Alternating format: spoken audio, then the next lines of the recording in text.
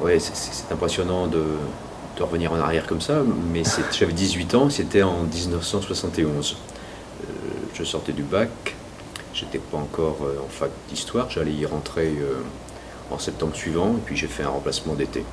J'ai fait cet été-là, j'en ai fait 4 autres, à peu près, toujours comme stagiaire ou pigiste, et puis également pendant les 4 ans, j'ai été pigiste de semaine ou de week-end. C'est comme ça que j'ai appris le métier, que j'ai appris aussi le courrier de l'Ouest. Alors, c'était une époque, on sortait tout juste de l'ère d'Albert Blanchoin, que j'ai pas connu puisqu'il est décédé en 68. Mais à l'époque, tout le monde en parlait, il était présent dans tous les esprits, dans l'esprit de nos lecteurs, dans l'esprit des journalistes, qui avaient pour lui à la fois de la crainte et de l'admiration. C'est un homme qui avait un grand front, qui avait un regard très particulier, il scrutait les gens, un regard intelligent, malicieux. C'était un polémiste. Il avait été député, plutôt de gauche à l'époque. Il était docteur en droit, c'était vraiment une grosse tête. Et il aimait le débat. Et c'était une époque où le journal, oui, animait le débat angevin, on peut le dire comme cela. Il n'a pas volé le boulevard qu'on lui a donné ici. C'était tout à fait normal que son nom soit associé au lieu. Ce qui m'a frappé quand je suis arrivé, donc gamin, on était encore place Imbach, c'était noir, c'était une bâtisse qui n'avait rien d'un journal au départ, hein. C'était des appartements qui avaient été reboutés les uns aux autres, il y avait des escaliers presque dérobés, il y avait des antichambres, bon. C'était sombre et ça sentait l'encre, on sentait qu'il y avait de l'encre dans l'atmosphère. Mais on sentait bien que c'était un journal parce qu'il y avait une passerelle métallique qui entourait la grande fosse, pour la fosse au lion et la fosse de la rotative. Et lorsque la rotative fonctionnait, ça vibrait dans toute la maison. Et il suffisait de se pencher, on voyait le journal se faire en contrebas. Ce qui me frappait, surtout à l'époque, côté journaliste, et c'était normal, c'était une organisation ou un manque d'organisation. Chacun écrivait la longueur qu'il voulait, 3 feuillets c'était monnaie courante. On ne se préoccupait pas du tout de la manière dont le lecteur allait découvrir ou lire l'article. On n'en référait à personne. Il n'y avait pas de maquette, bien sûr. C'était le SR, le secrétaire de rédaction, qui le soir se débrouillait au montage au marbre avec le typo, un montage à la ficelle, comme on disait à l'époque.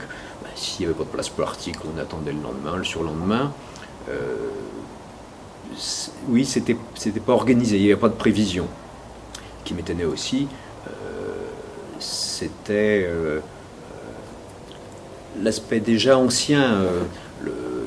Je me rappelle que mon chef de rédaction, qui avait d'énormes qualités, malgré tout, mais il écrivait au stylo plume, si tu veux, ses articles. Il y avait des machines à écrire mécaniques à la rédaction d'Angers. On écrivait, on découpait, on collait.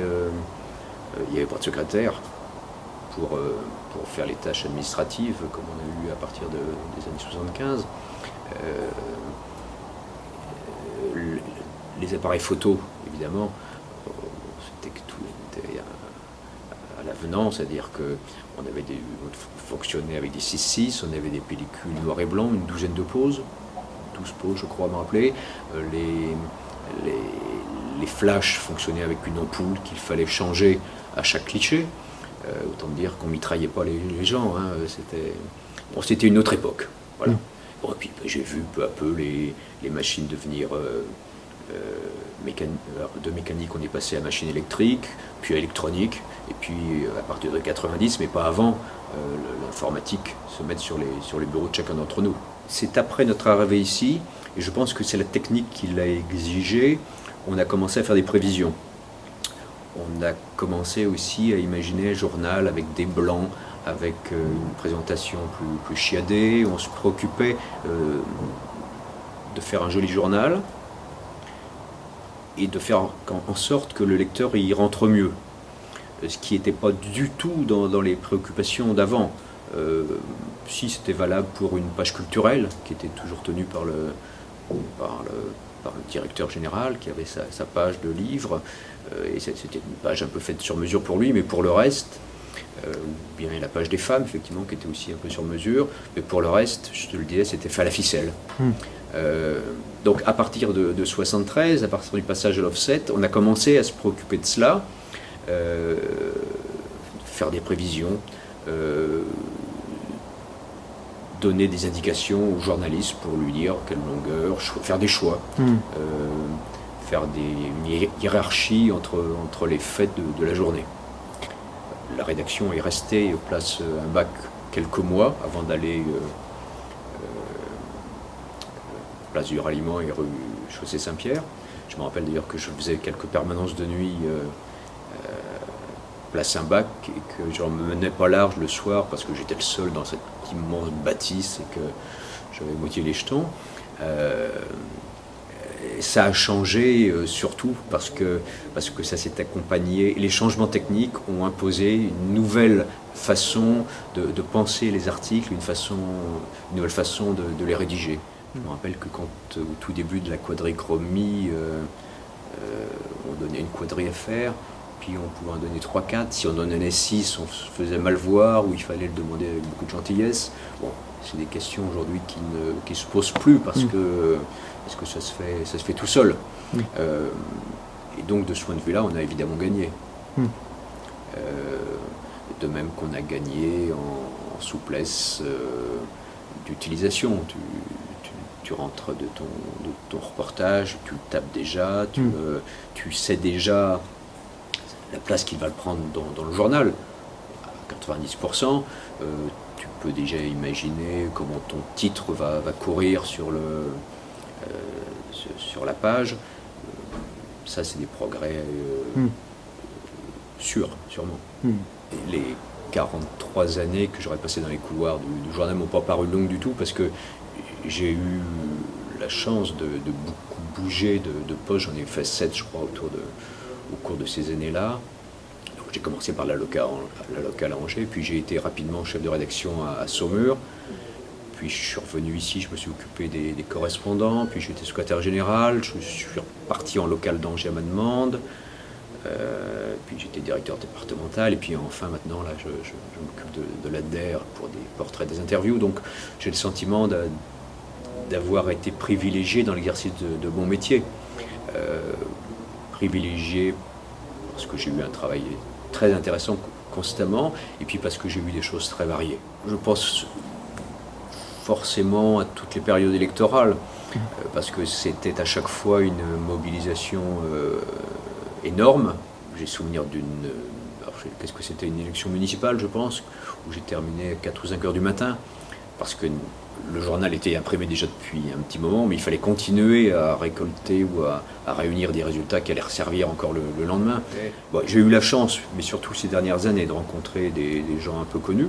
Mais dans ma vie de local ou de départemental, j'ai rencontré des gens très simples, très modestes, dont je garde des grands souvenirs. Je pense à une vieille dame de Belleveille. Je suis allé rencontrer, elle avait 80 ans passés, qui m'a parlé de l'époque de la Seconde Guerre mondiale. Je me souviens du président des anciennes 14-18 qu'on m'avait chargé d'aller voir alors que j'avais moi-même 18 ou 19 ans, et m'avait recommandé d'être très délicat avec lui, parce que pas l'effrayer par mes questions, parce que c'était un vieux monsieur. Bon, aujourd'hui ça fait sourire, je ne sais pas si on donnerait le même genre de conseil à un jeune confrère. J'ai rencontré des gens modestes, mais qui m'ont souvent fait une grande impression. Oui, c'est vrai que j'ai connu une génération qui était arrivée en même temps que la création du journal, ou bien qui avait démarré au tout début des années 50. C'est des gens qui me paraissaient très âgés. Ils avaient moins de 60 ans. J'ai plus de 60 ans moi aujourd'hui, donc ils étaient certainement très âgés, ou très jeunes, je ne sais pas. C'était des gens sérieux, très appliqués. C'était pas une atmosphère spécialement rigolote. Je n'ai pas le souvenir de grands éclats de rire à la rédaction. J'ai rencontré des fortes personnalités parmi ses confrères. Naturellement, Joseph Fumet, qui avait été un peu le chouchou, je crois, de Blanchouin, qui se montrait exigeant en même temps avec lui.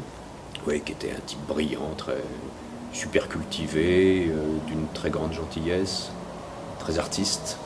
Voilà un gars qui m'a marqué, d'autant plus que c'est lui qui m'a accueilli. Le premier été où je suis arrivé, le premier jour, c'est lui qui m'a accueilli.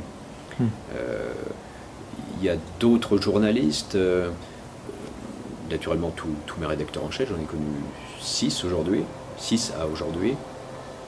Et puis d'autres qui n'ont pas été rédacteurs en chef, mais qui ont pu avoir des postes de responsabilité quand même. Et il y en a un qui a vraiment marqué le journal parce qu'il a changé la présentation, c'est Philippe Picard. Mais il a joué vraiment un grand rôle dans le changement de rythme, dans le changement de présentation du journal. On le voit beaucoup et à l'époque, ils n'étaient pas nombreux de ce calibre-là à penser à l'avenir du journal. Donc oui. C'est lui qui a commencé à imaginer une maquette pour le Courrier de l'Ouest, pour les pages, pour les unes, parce que les unes se faisaient au petit bonheur la chance jusque-là, et qui a inventé les maquettes pour les pages départementales, locales. Dire il faudra faire un titre de 5 colonnes, là on peut imaginer une rubrique avec 2 colonnes, il faudra imaginer en pied réunir les brèves. Ça n'existait pas avant, on prenait comme ça venait. Sans doute beaucoup moins attaché au terroir, parce que c'est des gens qui ne sont pas forcément angevins ou qui n'habitent pas sur place. Ça, c'est une chose qui était inconcevable il y a 30 ou 40 ans, mais qui amène autre chose qui est très en prise naturellement sur notre société, sur le quotidien des années 2015. Et c'est une chose que j'ai vue aussi, ça, l'introduction progressive des thèmes de société dans le journal. Ça date des années 70 également, ça. On était sans doute dirigé par des hommes de culture, avant tout. Je pense par exemple au chef de la rédaction de Local d'Angers, c'était un homme de livres, un bibliophile, oui, vraiment un homme de culture, et qui n'avait pas forcément les réflexes qu'on attend d'un journaliste, encore moins aujourd'hui évidemment. Je pense qu'on a gagné de ce point de vue-là en rapidité, alors peut-être trop rapide aujourd'hui, mais en même temps d'être contraint à la rapidité, c'est quelque chose qui encourage et qui donne beaucoup de dynamisme finalement à la façon d'exercer le métier, et ça c'est une bonne chose. En 40 ans, j'ai pas vu le temps passer. Moi, j'ai pris de la bouteille, sans être impatient. C'est évident que je pense plutôt à la fin de mon parcours. Mais en même temps, je suis ravi parce que j'ai le sentiment d'avoir vu le journal rajeunir.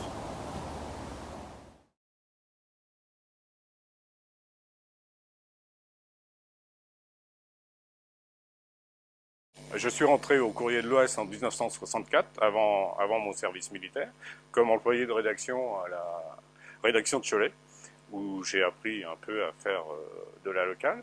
Et puis pendant mon service militaire, j'ai fait quelques piges pour le Télégramme de Brest, et donc à mon retour, j'ai vu le rédacteur en chef de l'époque, qui m'a dit, écoutez, ok, on vous prend pour Parthenay, où il y a un vieux rédacteur, il faut l'aider. Donc je suis parti à Parthenay. Et puis en fait, 2 mois après, c'était en 67, on me dit il faut quelqu'un, il faut au service agricole, un deuxième rédacteur. Alors j'ai dit mais je ne connais rien, je connais ni veau ni vache. On me dit il n'y a pas de problème, vous apprendrez. L'âge passant, on m'avait fait des appels du pied dans les années 80-81 pour assister en quelque sorte le rédacteur en chef de l'époque qui était Michel Panot. Or, début 81,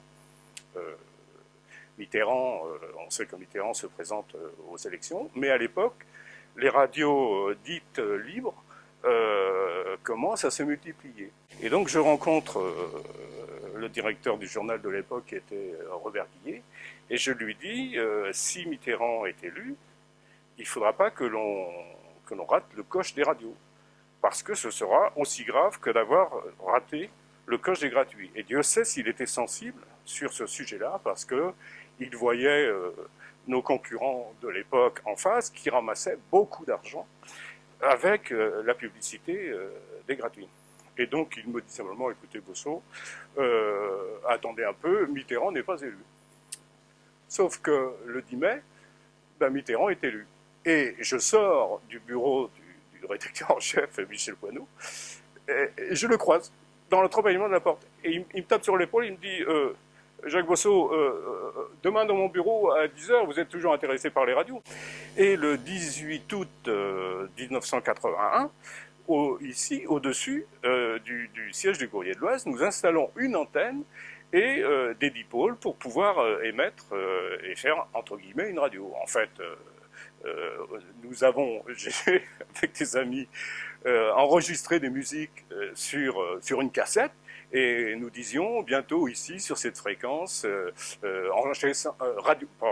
Radio 101, puisque la bande FM au-delà de 100 était libre, et que les pirates, finalement, s'installaient là. Alors nous étions les premiers pirates de l'Anjou à s'installer sur la bande qui était interdite et qui était soi-disant réservée à l'armée.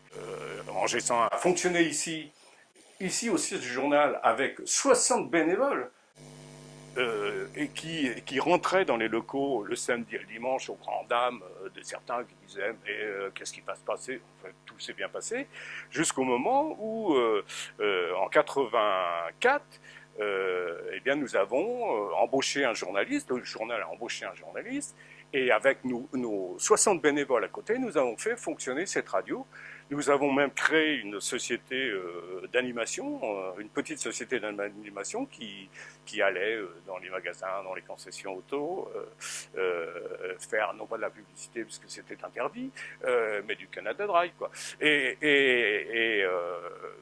Ce que nous attendions est arrivé, l'autorisation de faire de la publicité en septembre 84. Parallèlement à la radio, dans les années 83-84, j'ai été chargé de la diversification médiatique. Et nous avons eu nous-mêmes un gros serveur qui servait à enregistrer les communications, à servir de lien entre les gens qui appelaient et les gens qui étaient susceptibles, qui leur répondaient ici. Et parallèlement, d'ailleurs, le Courrier de l'Ouest, au nom du Courrier de l'Ouest, j'avais été chargé d'étudier avec la Caisse des dépôts et consignations la création d'un vrai serveur. Parce que à l'époque, on pensait que la télématique allait nous apporter ce qu'Internet nous apporte aujourd'hui. Nous avions en radio, par exemple, le dimanche matin, une émission à succès. C'était une émission dédicace. Et donc, il y avait un bon à découper dans le journal. Et les gens remplissaient ce bon, et puis on citait leur nom et leur dédicace à l'antenne. Cette émission avait un succès fou. Alors, cela souligne l'intérêt de la radio. C'est-à-dire que la radio bénéficiait, bien sûr, de l'appui dans tous les sens du journal, mais elle faisait aussi la promotion du journal. Nous marchions ensemble. C'était un outil de promotion et de rajeunissement, entre guillemets, du journal. Alors, nous avons démystifié la radio, parce que à l'époque, la radio, c'était Paris. Et quand nous nous sommes installés à deux pas de la place du Ralliement, les gens sont venus nous voir, entendaient, voyaient le visage des voix qu'ils entendaient le matin, le midi et le soir, apportaient à l'équipe des cadeaux. Je me souviens le jour où on a sorti la première voiture avec les logos Angers 101, mais les gens s'arrêtaient sur le trottoir pour regarder la radio. C'est-à-dire qu'on a vécu quelque chose d'exceptionnel, que c'était plus un métier, c'était une passion. Je pense que c'est ce que vivent un peu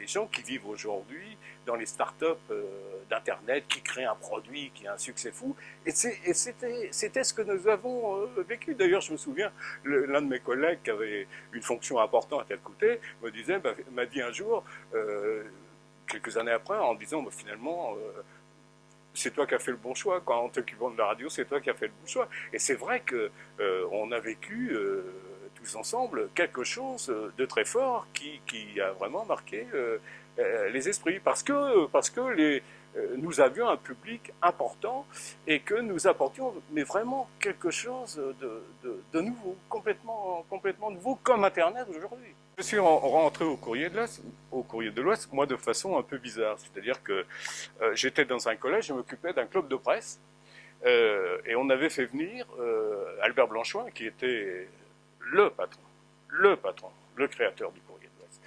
Et alors, c'était un homme exceptionnel. Et à la fin de sa conférence, il dit « Mais si parmi vous, certains sont intéressés, je suis prêt à leur permettre de mettre le pied à l'étrier, à les aider. » C'était pas tombé dans l'oreille d'un sourd. Donc je vais le voir, moi, une fois qu'il est descendu de l'estrade. Et je lui dis, je serais intéressé. Mon père, d'ailleurs, est correspondant du Courrier de l'Ouest dans le Choletais. J'étais, moi, responsable du club de presse dans le collège en question. Et je lui dis, mais la presse m'intéresse. Elle me dit, écoutez, j'ai rien, là, écrivez-moi. C'était l'époque de Salut les copains. Et moi, j'étais un fan de Salut les copains. Et donc, il y avait à l'époque une page jeunesse dans le Courrier de l'Ouest, le jeudi. Et donc, j'envoie un article sur Salut les copains et Philippe Aki, et le président du Courrier de l'Ouest, Albert Blanchoin, diffuse mon papier. Alors, j'étais fier comme un pan. Et j'ai attendu un mois. Et un mois après, il me dit, écoutez, il y a un poste à Cholet d'employé de rédaction. On va vous tester. Et c'est comme ça que je suis parti à la rédaction de Cholet. J'ai créé une petite rubrique qui s'intitulait Jeudi Jeunesse, où je parlais des jeunes, des associations, des clubs de jeunes, tout ce qui concerne les jeunes. Ça embêtait beaucoup le secrétaire d'Angers à l'IROL qui s'occupait de ces papiers-là en disant mais tu m'emmerdes avec tes papiers parce que là, évidemment déjà je lui demandais de me faire un bandeau pour que ça accroche, pour que les lecteurs accrochent sur la rubrique. Et finalement c'est comme ça que j'ai fait mes premières armes au Courrier de l'Ouest.